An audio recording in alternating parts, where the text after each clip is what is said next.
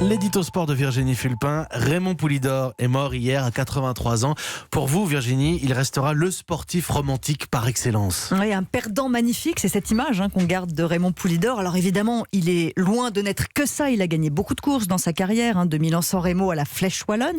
Mais ce qui reste dans notre esprit, ce sont ses épopées sublimes sur le Tour de France, ses duels mémorables avec Jacques Anquetil. À chaque fois, ou presque, Poupou les perdait, ces batailles homériques. Il n'a jamais porté le maillot jaune sur le Tour, même s'il a fini 8 fois sur le podium. Et pourtant, c'est lui qui est resté dans nos cœurs. Parce qu'on a aimé l'homme autant qu'on a aimé le champion, parce qu'on a partagé les détresses de celui qui donnait tout pour échouer d'un rien. Et ça a eu une résonance inégalée. C'est le panache qu'on admirait, quel que soit le résultat final. Et c'est grâce à Raymond Poulidor que je me rends compte que ça n'est pas forcément la victoire qui impressionne et qui rassemble. C'est la générosité des champions, leur façon de se donner corps et âme dans une course ou dans un match. Les Français se sont unis autour d'un héros romantique, trop amoureux de son sport, en fait, pour faire des calculs. C'est ça qui nous touche. D'ailleurs, c'est aussi ce qui nous a bouleversés. Par exemple, quand les Bleus du foot ont été battus par l'Allemagne en demi-finale de la Coupe du Monde 1982.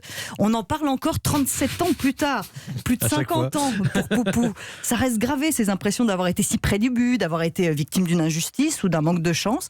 Les perdants magnifiques nous font parler, nous font nous souvenir, beaucoup plus que les victoires sans émotion. Et d'ailleurs, Raymond Poulidor a traversé les époques en marquant tout le monde. Lors du dernier Tour de France, on a encore entendu des vas-y Poupou sur les routes.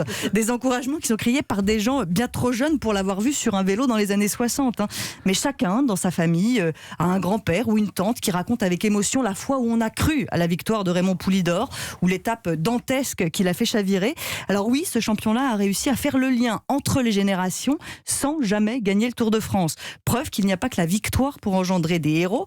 Alors j'espère que la disparition de Raymond Poulidor va nous aider à nous en souvenir. La culture de la gagne, comme on dit, ça remplit notre armoire à trophées. Mais ce qui nous donne des émotions, c'est bien le romantisme à la Poupou. C'est aussi pour ça que j'aime le sport, même si je ne l'ai jamais vu courir. Il reste là, dans notre imaginaire collectif.